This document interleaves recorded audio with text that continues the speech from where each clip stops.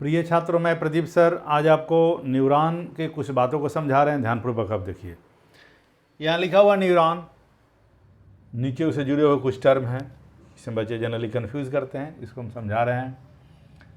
पहला कोड देखिए, यहाँ लिखा हुआ है नर्मदा। देखिए लिखा हुआ नर्मदा, नदी का नाम है नर्मदा, सभी आप जानते हैं। इसमें जितने भी पार्ट्स हैं, इसके जो नाम है उसमें दिया हुआ, देखिए NOR, node of Ranvier. M से क्या है माइलिन शीथ, ए से क्या है एक्सॉन, डी से क्या है डेंड्राइट्स, ए से क्या है एक्सॉन हीलक। तो ये सब पार्ट आपको न्यूरॉन में देखने को मिलते हैं।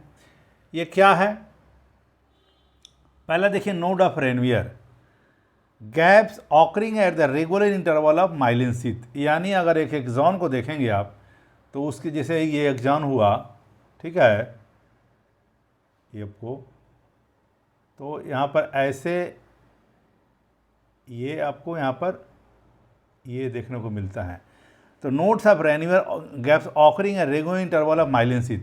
ये माइलिन शीथ का ये रहता है, इसके रेगुलर इंटरवल पर आपको ये जो गैप होता है इसको बोलते हैं यहाँ पर, तो ये इसको बोलते हैं हम नोड ऑफ रेनवियर। क्लियर। अब यहाँ देखिए माइलिन शीथ, ये माइलिन शीथ ये होता है। माइलिन शीथ का क्या काम है पहले ये समझ लीजिए। माइलिन शीथ वर्ड में ही कुछ इसका जवाब छुपा हुआ है। MOIE से क्या है माइलिन शीथ, IN से क्या है इंसुलेशन, ए से क्या है स्चाउन सेल्स, और टी से क्या है ट्रांसमिशन ऑफ इम्पल्स। अब ये क्या चीज़ है ये समझिए। माइलिन शीथ इंसुलेशन के ऊपर एक तरह से इंसुलेशन, एक कवरिंग है जो कि स्चाउन सेल की सहायता से होता है, और इसका मेन उद्देश्य क्या है, मैसेज को लीकेज से बचाना।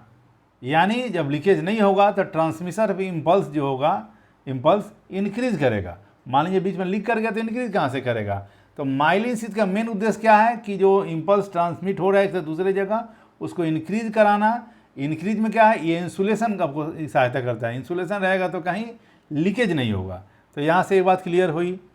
अब यहाँ देखिए एक्सॉन लिखा हुआ है। एक्सॉन इम्पल्स को away from cell body, cell body से दूर ले जाते हैं इम्पल्स को। और डेंड्राइट क्या करता है, टुवर्ड सेल बॉडी, इम्पल्स को सेल बॉडी की तरफ ले जाता है। तो यहाँ से ये बात क्लियर हुई। एक्सॉन हिलक देखिए आप, एक्सॉन हिलक क्या होता है, area of origin of axon, जहाँ पर एक्सॉन का ओरिजिन वाला जो एरिया है उसको हम एक्सॉन हिलक बोलते हैं। ये मोस्ट सेंसिटिव पार्ट है। उसके बाद आप आगे आ जाइए, यहाँ लिखा हुआ अकवन, अकवन या मदार, इस फूल से सभी लोग परिचित हैं, भोले बाबा विचरता है। तो ए से क्या है एक्सॉन, एक्सॉन लॉन्ग फाइबर ये स्ट्रक्चर होता है जो कि टर्मिनेट करता है सिनेप्टिक नॉब में। नॉब जो है बल्ब लाइक स्ट्रक्चर है। और ये V से क्या होता है, सिनेप्टिक वेसिकल्स, यानी सिनेप्टिक नॉब के अंदर में सिनेप्टिक वेसिकल पाए जाते हैं। और N देखिए यहाँ पर N, यानी उसके अंदर में न्यूरोट्रांसमीटर होते हैं। ये न्यूरोट्रांसमीटर का ही कमाल है, किसी भी तरह का मैसेज एक से दूसरे न्यूरॉन में जो जाता है, यही आपको केमिकल ट्रांसमिशन जो होता है। तो आइए इसको एक बार हम पुनः रिपीट कर देते हैं। न्यूरॉन को कुछ बातों को हम इसमें कुछ कोड यूज़ किए हैं, इसको सहायता समझा रहे हैं। पहला हुआ है नर्मदा। नर्मदा में देखिए NOR से नोड ऑफ रेनवियर, M से माइलिन शीथ, A से एक्सॉन, D से डेंड्राइट्स, A से एक्सॉन हीलक। पहला है नोड ऑफ रेनवियर, ये क्या होता है, gaps occurring a regular interval of myelin sheath.